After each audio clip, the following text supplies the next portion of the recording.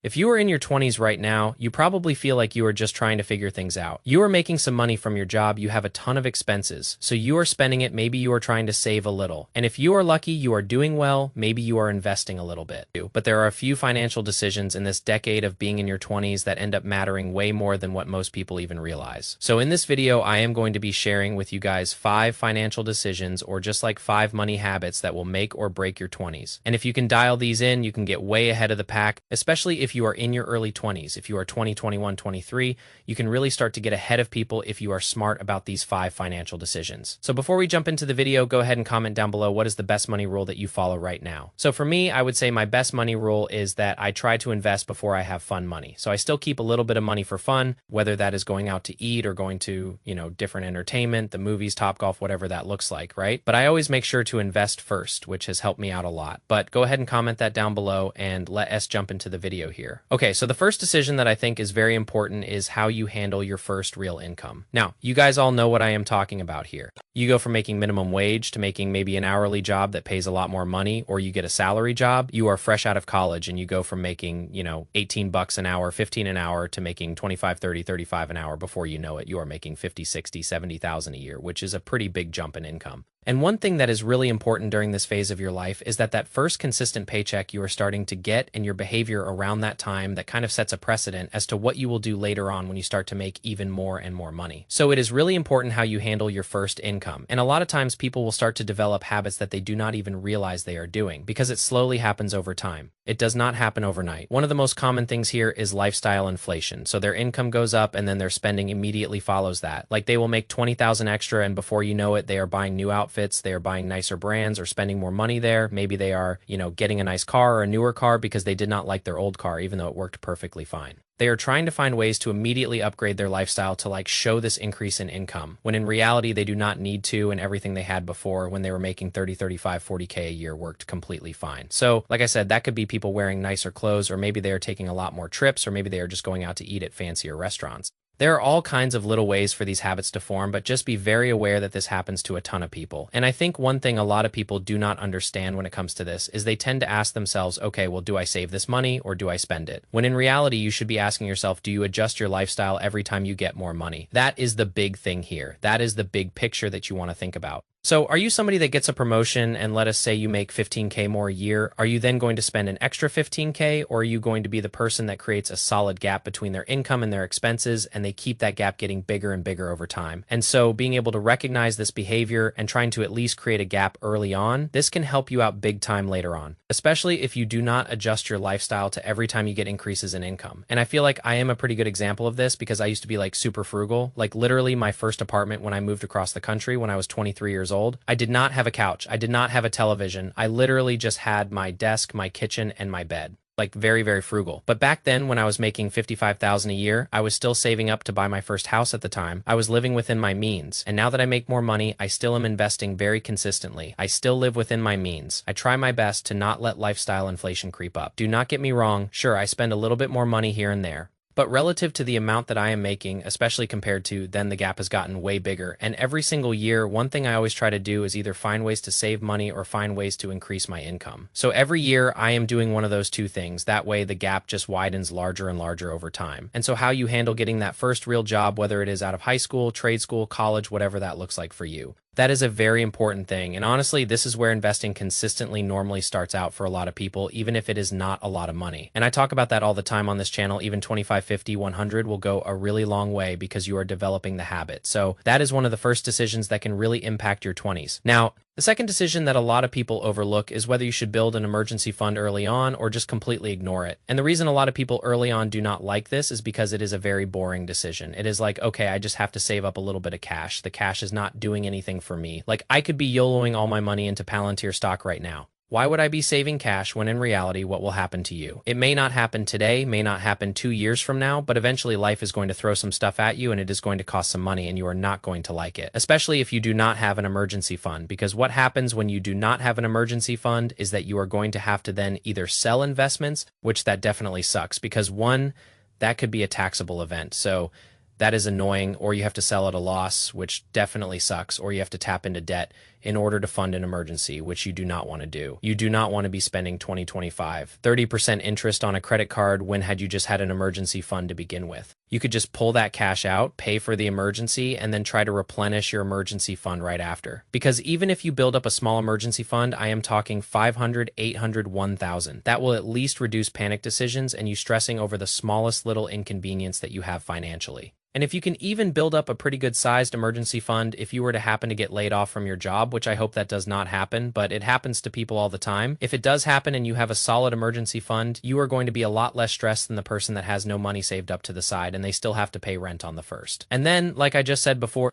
it prevents you from having to go into debt, which is literally the worst case scenario here, is paying a credit card company a bunch of money in interest just because you did not save a little bit of cash up front, because most of the time with emergency funds, you build it up and you may tap into it a little bit here and there.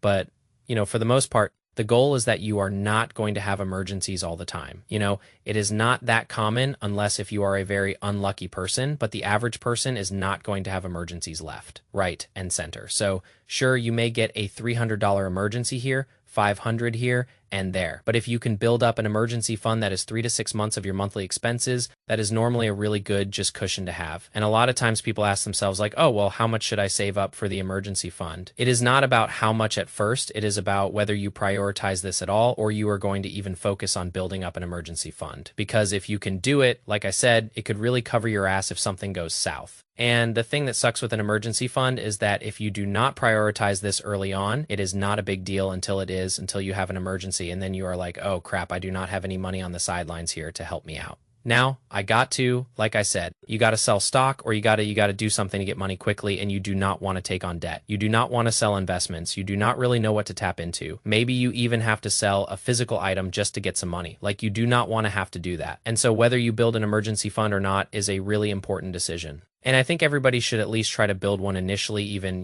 before you start investing. Now, if you have a 401k and you can get the match, do that, but definitely focus on paying down high interest debt and building up that emergency fund as early as possible. So that is the second decision. Now, the third decision kind of goes off of what I was just talking about, and that is actually how you treat debt. Whether you are going to focus on debt in a very passive way or a very aggressive way. Because one thing I have noticed is that there are a lot of people in their 20s that have very different mindsets on debt.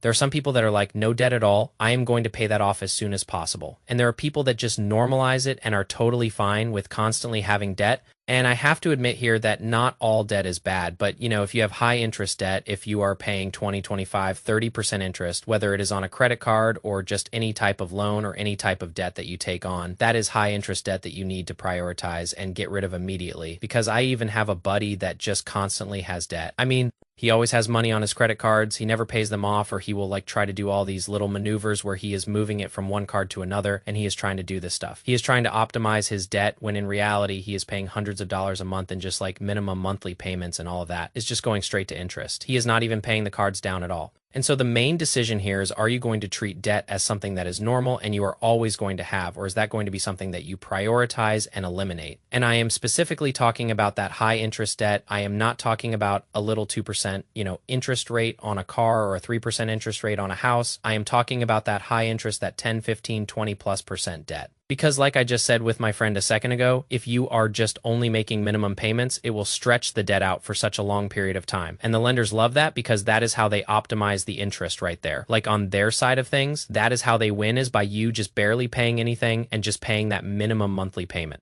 And what a lot of people do not understand with debt is, even if it is like $300 or $400 a month that you are paying, and assuming it is high interest debt, so you are paying a high interest rate, that is going to limit a lot of things for you. I mean, that is a decent chunk of income, even if you make, 50, 60, 70K a year. If you are making $50K a year and you have $400 a month, that is almost 10% of your income every year just going to managing debt. You are not even paying it down. You are making minimum payments on that, because debt does not just cost people money. It will actually limit your future choices because you have a lot less flexibility when you are, you have a consistent couple hundred coming out of your account every single month. And a lot of people may disagree with this, but when you have high interest debt and you are just sitting there just paying those minimum payments and it is just sitting there, it is like a dark cloud over you. Like, it is kind of a stressful thing. At least I know that even the few times I have been in a little bit of debt, that is how I feel. And I cannot imagine somebody that is in 10,000, 20,000, 40,000 plus dollars of like high interest debt. That just sounds like a nightmare. And then with you throwing money at high interest debt that prevents you from putting money towards savings or investing that money. And again, the interest is working against you here. So early aggression when it comes to debt and paying that stuff off early on, that will help you big time, especially if you develop the habit early on. So that is the third decision that is super important. Now, the fourth decision is when you start investing. It is not a matter of if you start investing, it is a matter of when you start investing. Because a lot of people, when it comes to investing, even if they are making 50, 60, 70K in their early on in their 20s, a lot of people go, you know what? I am not going to start investing until I make way more money, until I'm making 100,000, 150, 250,000 plus dollars a year, because then my investments will matter. Or they just get total analysis paralysis where they're like, oh, well, I do not know what to invest in.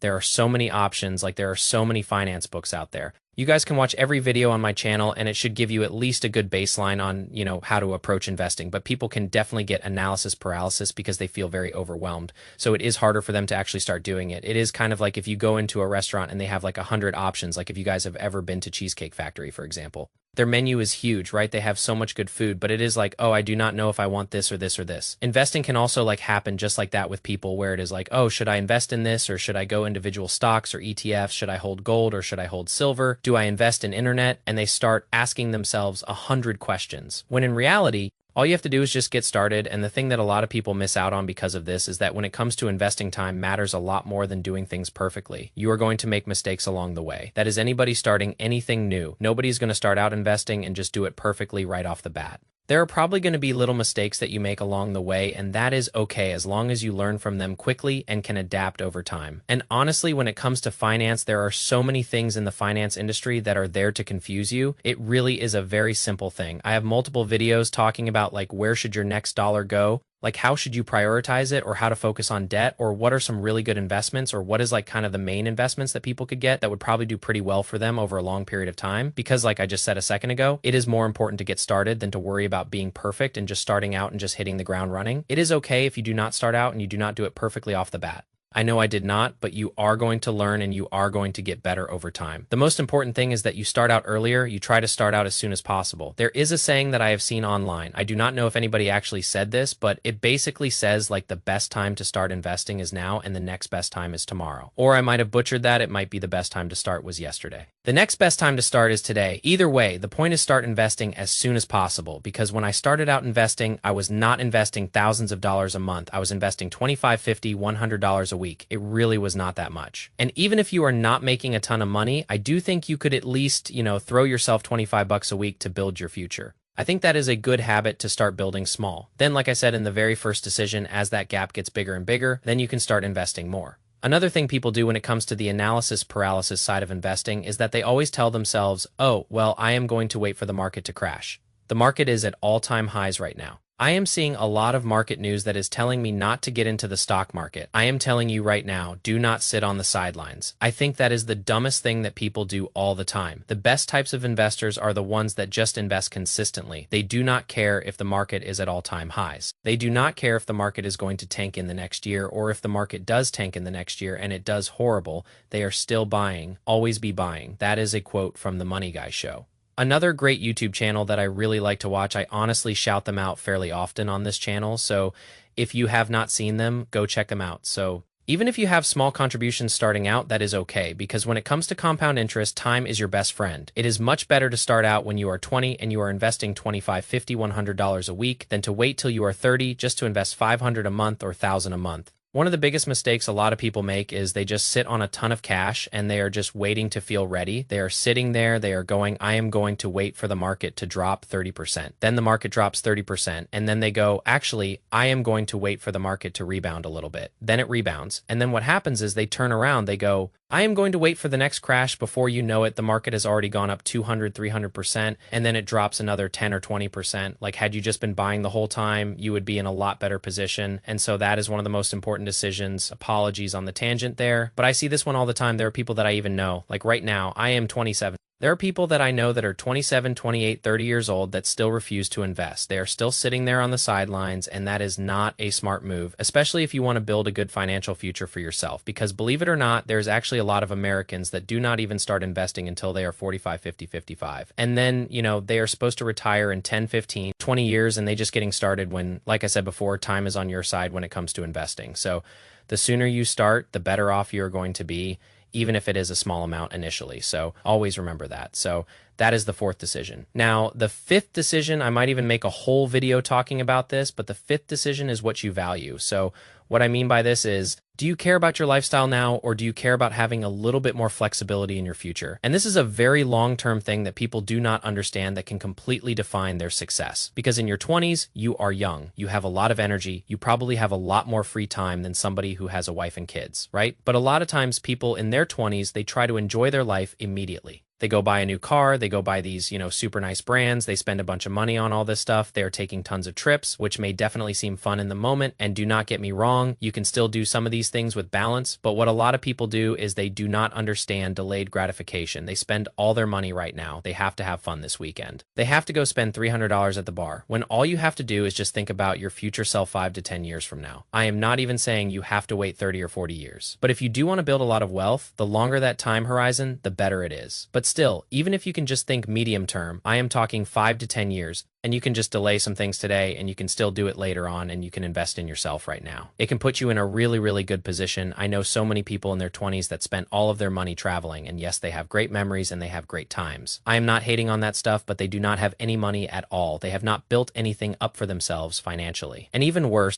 some of them have gone into a lot of debt just to do these things. And yes, the memories are great, but the stress they are feeling right now at 28, 30, 32 might not be worth it. And I do want to reiterate, there is definitely a balance to these things. You can still invest in travel. It is not like you have to do one or the other. But my point here is that delayed gratification is a really good habit to build early on. And a lot of people, especially guys in their early 20s, I just feel like do not understand that these days, because what a lot of people do not realize is when they are prioritizing lifestyle inflation early on, whether it is getting a nice apartment or driving a nicer car, they are constantly upgrading their lifestyle. They are sacrificing their flexibility later on. What sounds nice to me and what sounds like a huge win is having enough money in all my investing accounts to where if my boss is pissing me off one day, I can just go, you know what, forget you, I am quitting, and then I have enough money to do that, and I do not have to stress about it. Like that to me is real freedom, is the fact that you can do whatever you want with your time. That is a powerful thing, and if you can truly understand delay gratification,